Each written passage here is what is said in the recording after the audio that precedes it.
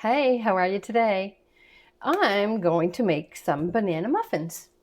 I thought I'd bring you along because it's going to be a bit of a science experiment. I'm going to half the recipe and I'm going to substitute a few things and see how they turn out. So let's get at it.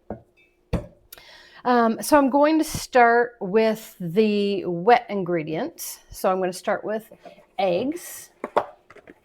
I'm going to crack one large egg into this bowl. One.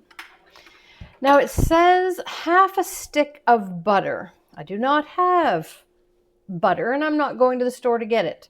So half a stick of butter is about 3 tablespoons of vegetable oil.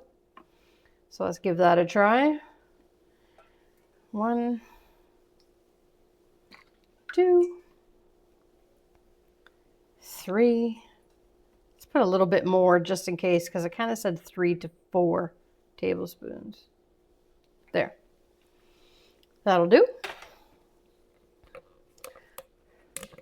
Just like that. A half a cup of light brown sugar packed. Oh, I'm going to use coconut sugar instead of brown sugar. So half a cup. It doesn't pack. This may not work out at all, but we'll see. We'll soon see. So we're going to do half a cup. It's about half a cup. Vanilla. Oh, I didn't get vanilla. Just 1 second, I'll be right back. I got the vanilla. I'm going to do a teaspoon of vanilla. Like that. And I'm going to stir that up until that sugar dissolves. And then I'm going to mash my bananas, and I'm going to do 3 really ripe bananas. If anybody knows why really ripe bananas, please let me know. I don't know why. I've always wondered that.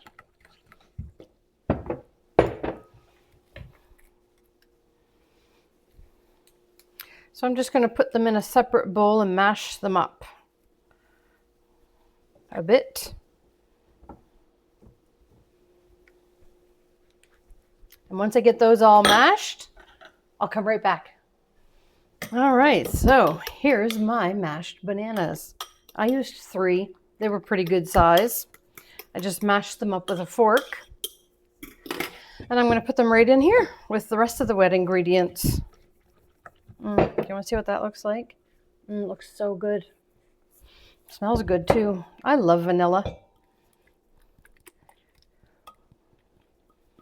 Stir that in.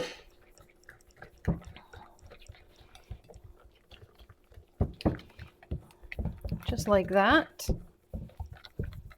All right, so I'm going to set that aside and I'm going to get my dry ingredients. Flour. So the full recipe called for 1 3/4 cups of flour.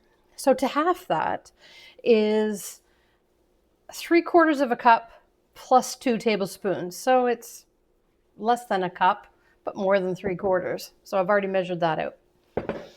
Now, the other fun bit that I've never substituted before, but we're going to give it a try. The recipe calls for baking soda. I'm out. Again, I'm not going to the grocery store to make these muffins, so I'm going to substitute with baking powder. However, baking soda as a leavener is stronger than baking powder as a leavener. So it should be triple what the recipe calls for. So where I'm halving the recipe, the original recipe called for 1 teaspoon of baking soda. And since I'm halving it, that would be half a teaspoon of baking soda. And I need to triple that. So I'm going to do 1 teaspoon and a half of baking powder. These may not be edible at all, but it's a fun experiment. So there's the baking powder. Now, salt. Well, that's pretty easy. I have it. Cinnamon. It called for a teaspoon, so I'm going to half it. So half a teaspoon of cinnamon. And nutmeg. It says fresh nutmeg. I have ground nutmeg. Also half a teaspoon. Just like that. And I'm just going to stir that up a little bit. Just like that. Making a mess over here. And 2 tablespoons of granulated sugar. One moment. So, because I'm halving it, 1 tablespoon of granulated sugar. There. I'll just pour this in here and mix it up.